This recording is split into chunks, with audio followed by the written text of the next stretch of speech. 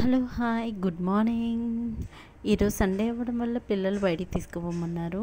Okay చెప్పినందుకు వాళ్ళ feeling చూడండి.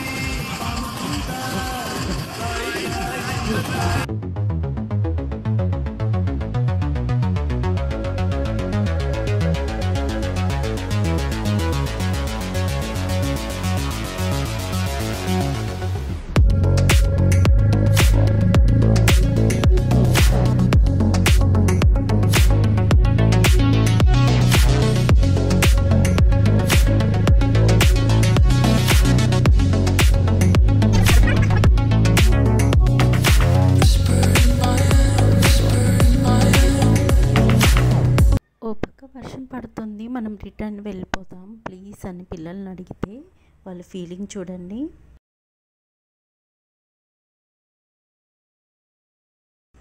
అరే వద్దురా బాబు, ఇంక మీరు ఏడవకండి, సరే వెళ్దాం ఆగండి. ఎప్పుడు పిల్లల్ని టెంపుల్స్ అని తిప్పకపోతే సినిమాలకో షికార్లకో తీసుకుపోవచ్చు కదా అనేసి అంటారేమో మీరు. సినిమాకి తీసుకుపోవచ్చండి, కాకపోతే సినిమాలో ఏముంటాయండి, లవ్ స్టోరీలు తప్ప. మా వాళ్ళు అంత ఏజ్ వాళ్ళు కూడా కాదు లవ్ స్టోరీలు చూసుకొని ఇన్స్పైర్ అవ్వడానికి. సరేలే సరదాగా గుడికి తీసుకుపోదామని చెప్పి నేను పద్దాక గుడికే తీసుకుపోతా. మా పిల్లలకి నాకు అదే ఆ ఒక్క విషయంలోనే బాగా వార్ జరిగేది. మా ఫ్రెండ్స్ వాళ్ళ మదర్స్ అయితే ఫస్ట్ షోకి ఫస్ట్ ఫిల్మే తీసుకుపోతారు.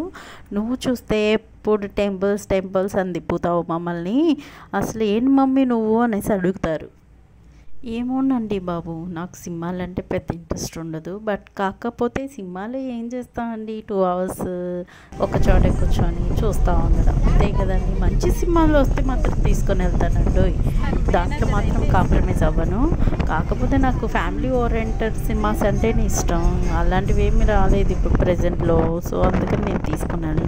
ఇలా న్యాచురల్కి దగ్గరగా ఉంటే ఆ ఫీలింగే వేరండి. నేను ఒకటి గమనించాను, మేఘాలు కొండలకి దగ్గరగా వెళ్తున్నాయండి. అబ్బా ఏముందండి అసలు. నేను విజయవాడలో 3 years నుంచి ఉన్నాను, కానీ ఏ రోజు వర్షంలో బయటకు వెళ్ళలేదండి. ఇదే ఫస్ట్ టైము. అసలు నా మనసు ఎంత ప్రశాంతంగా అనిపించిందో. ఈ టెంపుల్ మంగళగిరికి వెళ్ళే దారిలో ఉంటుంది.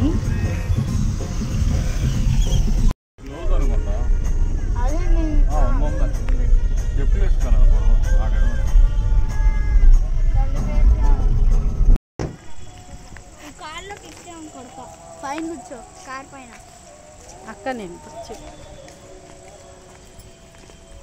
ఈరోజు వెదర్ చాలా కూల్గాను వర్షం పడేలా అనిపించింది. ఆల్రెడీ ఇక్కడ వర్షం పడినట్టు అనిపిస్తుంది, కాకపోతే వాతావరణం ఇంకా కూల్గానే అనిపిస్తుంది. కానీ బాగుందండి గుడి. ఇది ఫస్ట్ టైం నేను చూడడం. శివాలయానికి ఇది 2 సార్లు మీకు వీడియోలో పెట్టాను. కాకపోతే ఈ శివాలయం చాలా స్పెషల్ అనిపించింది నాకు. ఈ వాతావరణము ఒక పక్క ప్లస్ ఈ గుడి స్పెషాలిటీయో మనకి తెలియదు, కానీ కాకపోతే ఇది మాత్రం నాకు హిమాలయాల్లో ఉన్నట్టే అనిపించిందండి. అంత ఆ ఫీలింగ్ అలా అనిపించింది. వర్షం పడడం వల్ల మరేమో మనకు ఐడియా లేదు, కాకపోతే ఇక్కడ పెద్దగా జనం ఏం లేరు, కానీ వాతావరణం చాలా పీస్ఫుల్గా ఉంది. మనకి ఎంట్రన్స్లోనే మనకి వినాయకుని విగ్రహం కనబడుతుందండి. ఆ తర్వాత రాధాకృష్ణుడు తాండవమ్మ చేసినట్టు మనకి ఇక్కడ విగ్రహాలు కనబడుతున్నాయి. పైన వెదర్ ఎంత బ్లూయిష్గా ఉంది చూడండి. అసలు ఏదో అండి చాలా బాగుంది. మొత్తానికైతే ఆ వాతావరణం ఉండాలనిపించింది, కానీ కాకపోతే ఎవరు లేరండి, జనం తక్కువ మంది ఉన్నారు. ఏదో షైగా అనిపించింది. ఓకే పర్వాలేదు, కానీ టెంపుల్ మాత్రం చాలా బాగుందండి. ఈ టెంపుల్ మంగళగిరికి వెళ్ళే దారిలో కనపడుతుంది. మొత్తం వైట్గా నందీశ్వరుడు, శివుడు మొత్తం వైట్ కలర్లో ఉన్నారు. ఈ బ్లూ కలర్కి వైట్ కలర్కి ఎక్సలెంట్.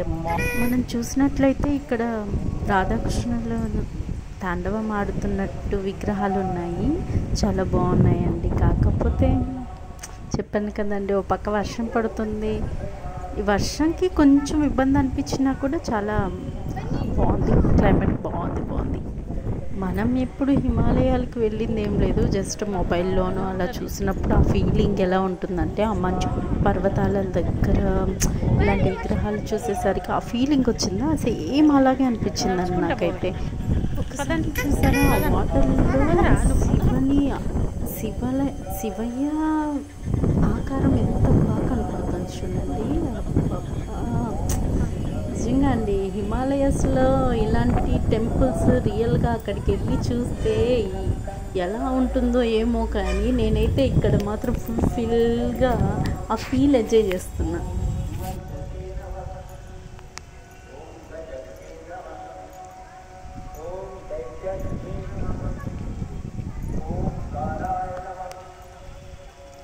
నమ శివాయ, శుభో శంకర.